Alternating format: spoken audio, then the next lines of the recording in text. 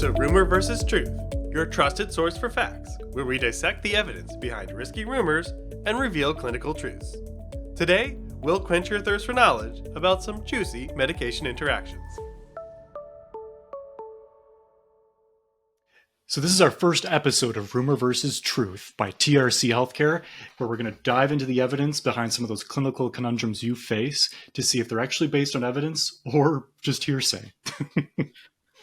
You probably heard of Pharmacist Letter and Prescriber Insights products. And now we're adding this podcast series to help pharmacists, pharmacy technicians, prescribers, and even patients navigate some of the claims they might see about medication therapy. As pharmacists, we're trained to help clear up some of those rumors and identify the truths. That's right, Don. And for those who don't know me, I'm Steve the Pharmacist. I'm an editor here since 2024. And I've actually been in practice in hospital pharmacy since 2015, mostly specialized in pediatrics and obstetrics. And I'm Don the Pharmacist. I've been here at TRC since 2015, and I've been in practice as a pharmacist in both community and hospital pharmacy since 2013. And in this episode, we're actually going to be talking about juicy interactions with meds to see if some of those claims out there are actually worth the squeeze. And we've gotten a lot of questions from our readers about this. So obviously there's a thirst for knowledge out there. Buckle up, folks. The puns are just going to keep coming. And here's one that's low-hanging fruit. You can't drink grapefruit juice with certain meds, like statins. And actually, a few days ago, I was able to speak with one of our editor colleagues here about this very topic. Let's roll the tape. All right, so I'm joined today by Gina, one of our assistant editors here at Pharmacist Letter. Hi, Gina. Hi. Thanks for joining us. And you're kind of our juice guru on staff. In fact, you just wrote an article about this. So I'm so glad you can give us your thoughts on this. Yeah, thank you. So what is the mechanism behind grapefruit juice and this interaction with statins? Yeah, so certain statins, specifically simvastatin, atorvastatin, and lovastatin, are metabolized by an enzyme called CYP3A4. And grapefruit juice actually inhibits this enzyme, which means that it's going to block enzymes that break down these statins and result in higher drug levels. Okay, nice. And what is the evidence behind this? Is it all just theoretical, or do we actually have data backing this up? Yeah, so we first learned that grapefruits can interact with drugs back in the 1980s. And since then, we've done numerous research on it, and we found that some studies involving grapefruit juice and statins say that it's actually okay to drink an 8-ounce glass of juice, and it might even help patients lower their LDL cholesterol without causing any increase in muscle pain. But the problem is that a lot of these studies aren't really robust. So for instance, some of them involved like 10 patients that were all in their 20s, and some lasted only a week. And then others involved giving patients like the equivalent of 6 whole grapefruits worth of juice. That sounds like a lot of juice. Yeah. So really what we need is we need studies done in the correct patient population that are larger, to really get a better understanding of, is this interaction less of a risk than we have always thought? Wow. So with all that we do know, what should we be recommending to patients then who are taking statins but are huge fans of grapefruit juice? What do we do in that instance? Yeah, so I would say that 1 glass likely won't hurt. Patients should, of course, monitor themselves for any muscle aches or pain, since this is the most common thing that they would experience. But keep in mind, too, this is only for simvastatin, atorvastatin, and lovastatin. So patients can even talk to their prescriber about switching to something like rosuvastatin or pravastatin, a statin that does not get metabolized by CYP3A4 and therefore would not interact with grapefruit juice. Excellent. Okay, that's super helpful. And thank you again for all your expertise. And I'm looking forward to your article. You have some great tidbits and more on juice interactions in that. So our readers will love that. Perfect. Thank you.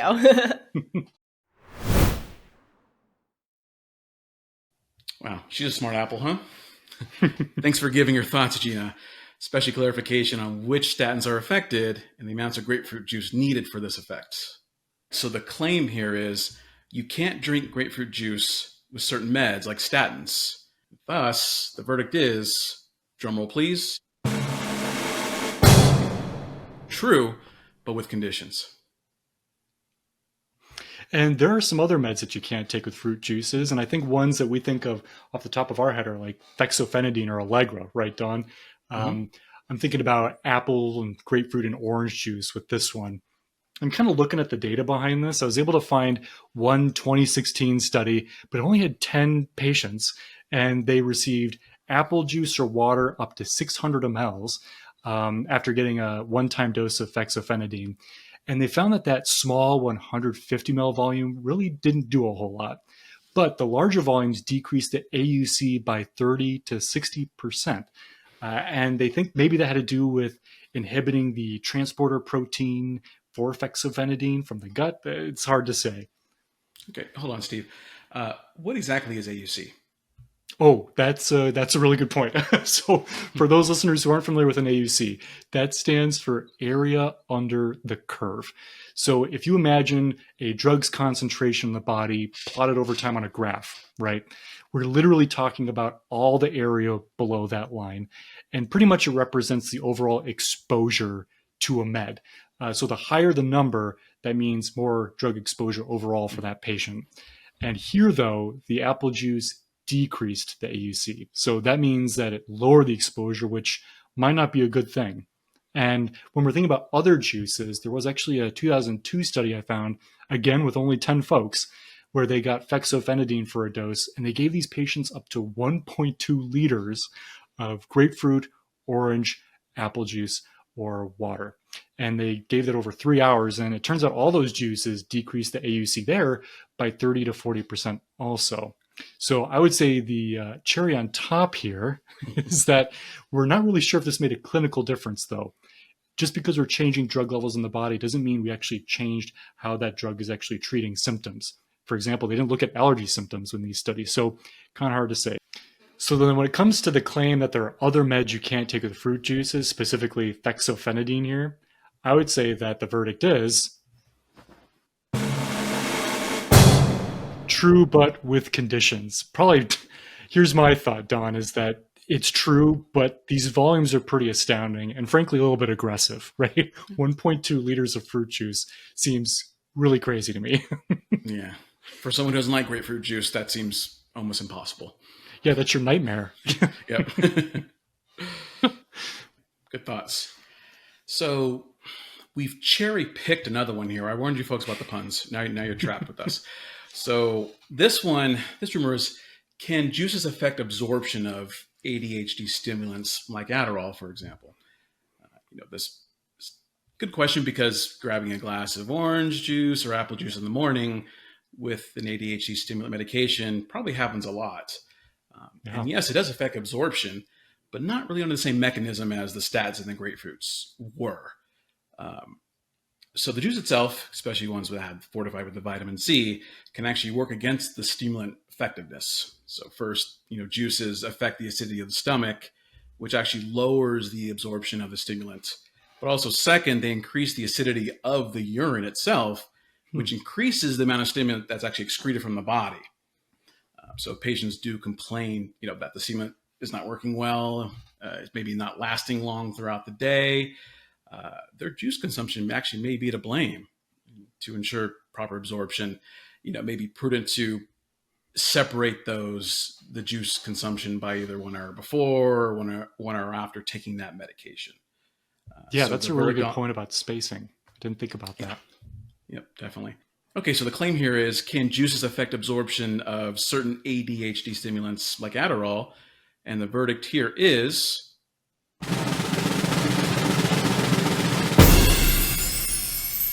true.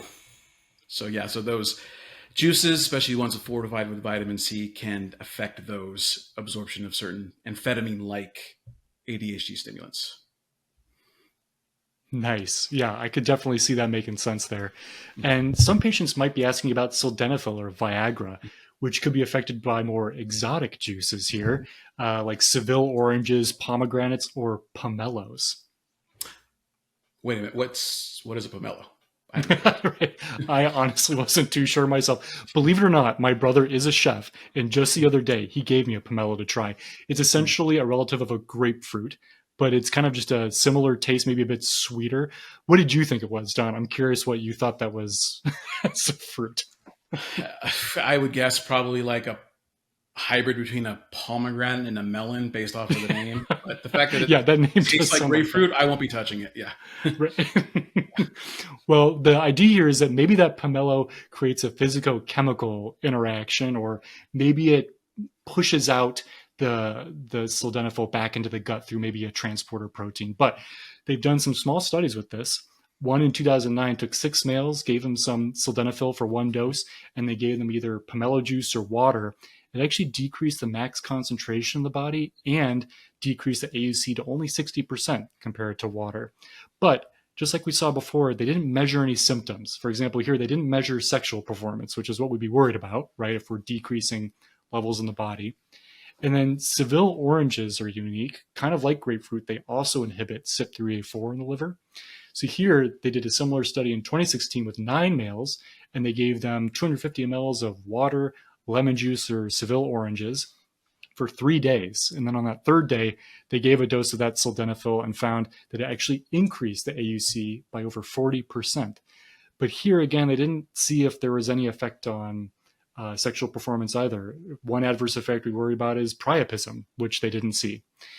And then we were talking about pomegranate juice earlier, which is very popular with some of the folks I'm friends with. And there are actually 3 case reports of priapism taking sildenafil with pomegranate juice. And one patient only needed to take 250 mLs. That doesn't sound like a whole lot. And all these patients needed medical intervention. They had to go to the emergency department from mixing this juice with sildenafil. So if you have patients coming to you asking if they can take sildenafil with more exotic juices here, I would say the verdict here is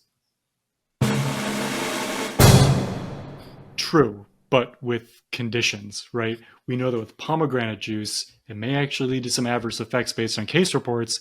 And we do know these other juices do affect some of the drug levels, but we don't know if they actually affect sexual performance or other adverse effects. So there you go. Great. And thank you for educating me on what a pomelo is. I won't be eating that either. Learning something new every day, Don. Right.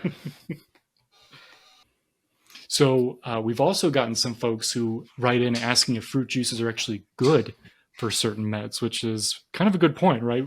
Fruit juices are supposed to be a natural product and things like that.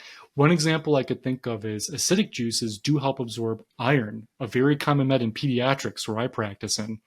And orange juice, for example, increases iron absorption by 40%.